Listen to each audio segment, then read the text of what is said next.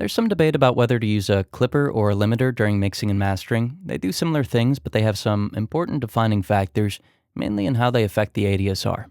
With that in mind, I'd like to cover 5 very popular clippers, look behind the scenes to see if they're doing anything that couldn't be achieved with a free clipper, and lastly, check out my favorite limiter to find out if its behavior varies all that much. So let's cover audio clippers and compare the 5 most popular clipping plugins. Starting off, let's look at Acoustica's Ash Clipper. Now this clipper is presented in a few ways. So many use this Ash Ultra version, which seems to include a lot of the other iterations of the plugin. There's a zero latency option, but I'm just going to use the standard one with this 3D-ish interface since it's easier to see the input and the output graph. Anyway, we get access to 24 different iterations of the clipper, each with distinct curves and nonlinearities. This could be controlled more with the soft hard knee slider, a post-clip ceiling, and input and output dials. Now, oversampling and how each plugin handles that is a big component of most clippers. To reduce aliasing, which will almost always occur with a clipper, we get a lot of options. 16x seems to be enough to get rid of almost all of the aliasing, but you do have the option to go up to 1028x, which if your computer can handle that, that's really impressive, but I was too nervous to even select it. Now, what I like about this clipper most are the 24 variations, each of which will cause wave shaping and subsequent harmonics in a unique way. For example, the default Yellow X mode has a nice symmetrically smooth top to it at soft knee settings and some unique nonlinearities at hard knee settings. The Platinum Maker mode is more aggressive and it introduces a cleaner cut, making the sine wave much closer to a square wave, which means odd harmonics will have a high amplitude. Now, one small complaint is that each mode varies the point of saturation, requiring that you change the input values to achieve similar amounts of attenuation. Now, if they were to normalize it, it would make it a lot more intuitive. You could switch between the algorithms and more easily hear the differences. As for the ADSR, it's what you'd expect. The transients are clipped without any envelope changes. So let's take a listen to Ash clipping a stereo mix. I'll vary the algorithms and adjust the knee a bit so you can hear how you could achieve some variation with the plugin. I'm feeling high when I'm low. I need it more when you're close. I'm feeling high when I'm low. I need it more when you're close to me. Next up, let's check out K-Clip 3 by developer Kazrog. So this one's my personal favorite clipper of the 5 that we're covering. For the price, it offers a lot of flexibility, something I kind of find lacking in a lot of clippers. Now, the 8 algorithms make a big difference in the harmonic content and the general sound. For example, Smooth introduces a fair deal of distortion. Tube does as well, but with a little bit more in the high frequencies. And my personal favorite is Crisp, which introduces high amplitude, low order harmonics, including even ordered harmonics, which is hard to find in most clippers. Meanwhile, the last 4 are great for creative effects. Definitely too aggressive for a mastering session, but they're useful to have and add some value to the plugin. Now, aliasing seems to be a bit aggressive, even with higher oversampling settings, so this isn't the most subtle clipper on the list, but again, the Crisp option is a good choice for less noticeable distortion, and the Soft Knee option can help reduce that as well. The mid-side option could be useful depending on the instrument or instrument bus, and the 4-band function is really unique. This way you could blend different harmonic content depending on the frequencies that you want to emphasize, keep relatively flat, etc. So, all in all, it's flexible, reasonably priced, and I imagine it'll be improved the more it's updated. So let's take a listen to it. I'll try the 4-band option, since to me it kind of seems like the defining factor with this plugin. I'm feeling high when I'm low. I need it more when you're close. I'm feeling high when I'm low. I need it more when you're close to me. Up next is another highly praised clipper, Standard Clip by SIR Audio Tools. Although other clippers have a more modern interface, I kind of like this HD version of Windows 98 thing that they're going for. Also, the maximization feature tied to soft clipping is something that you'll see in another plugin on this list. Lower level signals are amplified into the clipper, which has a huge impact on the sound and adds a lot more versatility than only being able to increase the input until clipping occurs. The 4 modes also add some versatility, as does separate output gain and ceiling sliders to avoid aliasing. What sets this plugin apart, in my opinion, are the comprehensive oversampling options. You have the expected 2x, 4x, etc., but this could be fine-tuned in the expert settings window. The low-pass filter can be set as linear or minimum phase. In minimum phase, you can adjust the slope, and in linear phase, you can increase the taps to improve accuracy at the expense of additional latency. This makes it super easy to find a good mid-ground between accuracy and latency, and as you can see, 4x with 256 taps is enough to make a huge dent in aliasing distortion. It's affordable, pretty versatile, and it does exactly what you'd expect it to. So let's take a listen. I'm feeling high when I'm low. I need it more when you're close. I'm feeling high when I'm low. I need it more when you're close to me. Real quick, if you haven't already, join the Sage Audio membership and get 5 monthly mastering credits with your dedicated mastering engineer, 5 one-on-one mixing feedback credits, and unlimited access to our in-depth mixing and mastering courses and thriving community. Go to sageaudio.com or use the link in the description. Next up, we have Saturate by Newfangled Audio.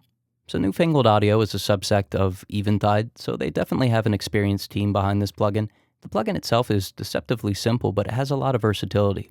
One flaw I want to point out first, though, is that cramping is caused by the anti-aliasing function. Additionally, it introduces some strange harmonics that vary in amplitude and, for all intents and purposes, kind of behave like aliasing distortion anyway, but I suppose that they get negated at higher input levels, so I'm not really sure what to make of that. Now, clipping behaves how you'd expect, but what's great is that asymmetrical clipping is built in, and it's very easy to control. Now, this means even harmonics can be introduced for what's often a more musical-sounding type of distortion. And the quick on-off for the symmetry function makes it a lot easier to decide which one sounds better. Detail preservation is another useful function. It alters the harmonics, and it amplifies some of the higher frequencies to retain that range after clipping. So it's a plugin with some flaws, but still has a great sound, especially with the variable symmetry option to fine-tune the harmonics and the shaping. So let's take a listen to it. I'm feeling high when I'm low. I need it more when you're close. I'm feeling high when I'm low. I need it more when you're close to me. Last up for the paid clippers that we're checking out, let's take a look at Gold Clip by Schwab Digital. So, at the risk of annoying some people, I have to be honest, I don't really understand the hype with this plugin. It's a good plugin for sure, but I'm not really hearing or seeing what makes it all that different from other clippers selling for a much more reasonable price. And that's why I wanted to cover it last, because I'm noticing features that every other plugin in this list had that have either been stripped down here or just not improved on in any meaningful way. The gold option is maximization. Similar to what we saw with standard clip, we have two options. Modern introduces less maximization and classic introduces more. But what stands out the most to me here with this plugin is the extent to which it shapes the frequency response. For example, when the box tone is flat and I'm using the classic clipping shape, everything below 10 kHz is attenuated. If I enable the low-pass filter, things become a bit more normal, but there's a gradual attenuation to the highs for all three clipping algorithms. Changing box tone to classic or modern makes some small adjustments. By the look of it, I'm guessing that these functions use impulse responses to alter the frequency. I'm not saying that this is bad, I just wouldn't expect it from a clipper. Pre-emphasis or de-emphasis EQ is definitely helpful with saturation or clipping, but this EQ is post-clipping, so I'm not really sure why it's here. As for Alchemy, this appears to be a tilt filter with a variable Q value based on the amplitude that's centered around 4 kHz. It boosts the range below it, and it attenuates the range right above it. For oversampling, there's three options with the ability to choose between linear or minimum phase low-pass filtering. Now, one plus is that the harmonics seem very program dependent. They vary in amplitude depending on the incoming signal level and don't simply increase in amplitude. It definitely sounds good, but again, I'm having some trouble figuring out what makes it unique other than the post-clipping EQ functions that I don't really want, and I could just use an EQ for if I did want them. Now, I don't know, but if you use this plugin and you like it, let me know below if there's something here that I missed. I'm feeling high when I'm low. I need it more when you're close. I'm feeling high when I'm low. I need it more when you're close to me. Next up, let's take a quick look at a free clipper. So FreeClip 2 by Venn Audio is a simple but good alternative. The knee could be adjusted, up to 32x oversampling can be introduced with no post-oversampling clip, appearing to be the cleanest option. Meanwhile, the input, ceiling, and output can all be adjusted. Now, the oversampling has a strange effect on the frequency response, but aside from that, the level of distortion matches Gold Clip, and it does what it's supposed to do. Let's take a listen and compare it to a paid-for clipper with settings that are as identical as possible. I'm feeling high when I'm low. I need it more when you're close. I'm feeling high when I'm low. I need it more when you're close to me. I'm feeling high when I'm low. I need it more when you're close. I'm feeling high when I'm low. I need it more when you're close to me. Lastly, let's check out Elephant Limiter by Voxengo to see how it differs from clippers. So the main reason that people use clippers is due to how a limiter shapes the envelope. For example, notice how this elephant limiter alters the amplitude of the sine wave due to the release time. This means attenuation could affect other transients instead of just shaving off the peaks like a clipper does. That said, the ELINS algorithm seems to behave a lot more like a soft clipper.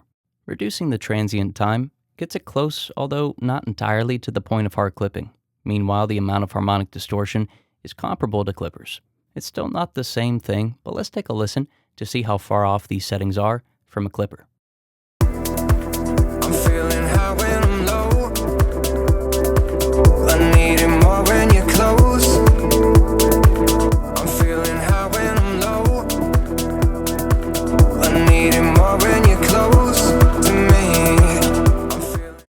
As I mentioned earlier, if you haven't already, join the Sage Audio membership and get 5 monthly mastering credits with your dedicated mastering engineer, 5 one-on-one mixing feedback credits, and unlimited access to our in-depth mixing and mastering courses and thriving community.